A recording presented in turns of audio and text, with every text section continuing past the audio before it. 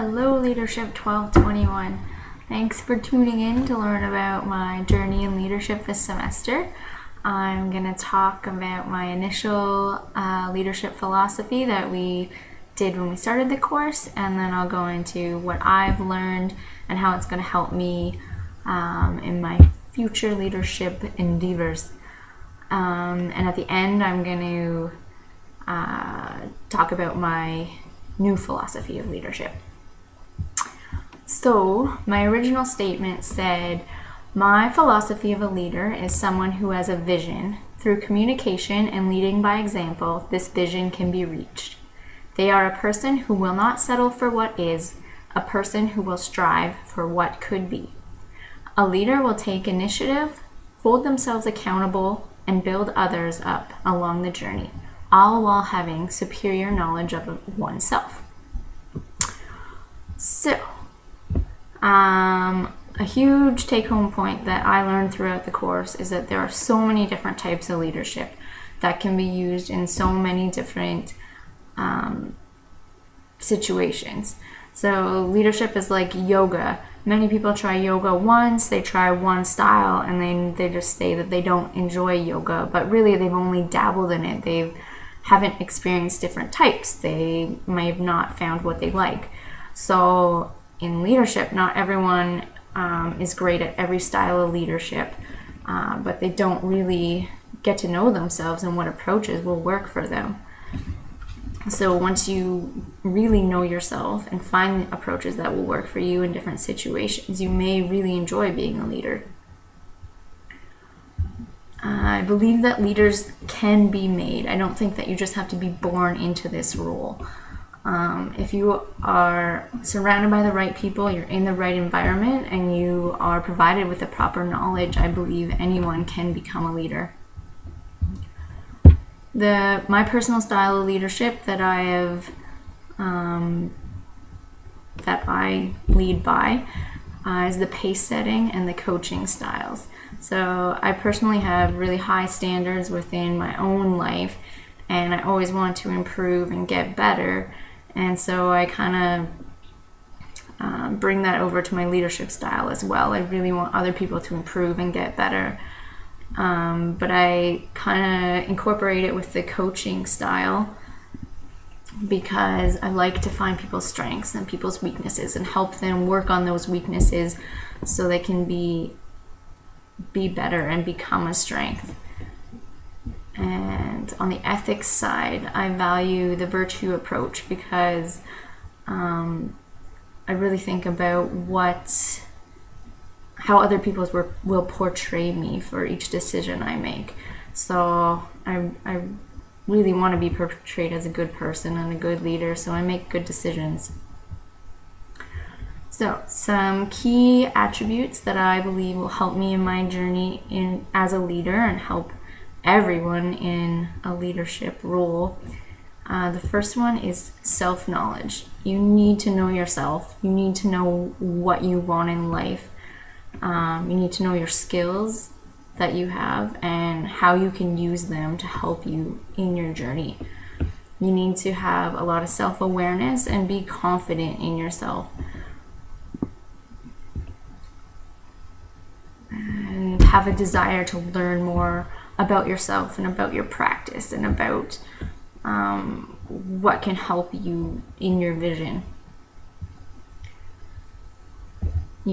Secondly, I think you need to believe in what you say. There's a statement or a quote from Henry Ford that says, whether you think you can or you can't, you are right. So that kind of says it all. If you think you can achieve something, you probably can. If you think you can't, then you won't. You need to be confident in your values, and once you're confident, other people will trust you. They'll trust you to lead them to whatever the end goal is. Thirdly, you need to be able to stimulate and motivate others. You need to get them to think thoughts that they've never thought before, to believe things that they never thought would be achievable. Next is unlimited liability for others. So finding other people's beauty and practicing hospitality and letting people be who they are and not who you think they should be. This kind of hit home with my brother and myself because he's doesn't have a very healthy lifestyle, and he's always asks me for tips and tricks and whatever. And I've always tried to transform him into me because I think that's what he wants to be. But in actuality, he just wants to be healthier. And so I have to like adapt that to what he wants and make him feel valued. Oh yes, and being sensitive to his needs, really. So another one is being able to take the blame. I think it's essential that you don't blame others for your failures. So many people can come up with excuses and blame everything for why they didn't achieve a certain thing. And taking risks, not being afraid to fail. If you don't take a risk, you're never gonna go further. All right. When it comes to goal setting and leadership, I think we really need to break it down. We need to start by prioritizing what is important, what will help us achieve our vision. Like the goals are all built up in order to make you achieve this vision. Your goals need to be conscious, and you need to be aware of the time and the energy that you need to put in to achieve these goals. Once you find out what the goal is, you really need to break it down and find out the why. What is your motive behind this? If you don't have a motive, nothing is there to keep you going in the hardest times. After you have your motive, then you'll come up with like the how to achieve your goal. So like I said, the goals make up the vision. So the ultimate vision is something that you create using the meaning, and it captures your core values. So really you need to pay a price. You need to sacrifice something in order to achieve this vision, whether it's time, money, friends, fun things. You need to sacrifice something in order to get what you want in your vision. And the last really important thing is empowering others. I found this a really key point, that I can gain power by giving power. This is like a huge light bulb for me, because I always feel that in order to get a task done properly, that I need to be the one that does it.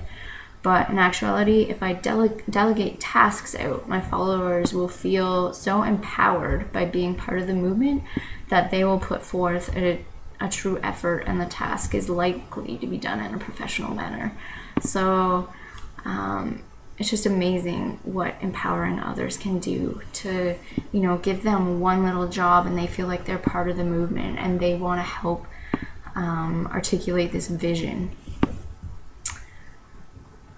So those were the attributes that I found very important. Through the course, I found some true meaning within myself. I always kind of labeled myself as a perfectionist, but now I know the correct terminology, that I'm actually an introvert, sensor, feeler, and judger.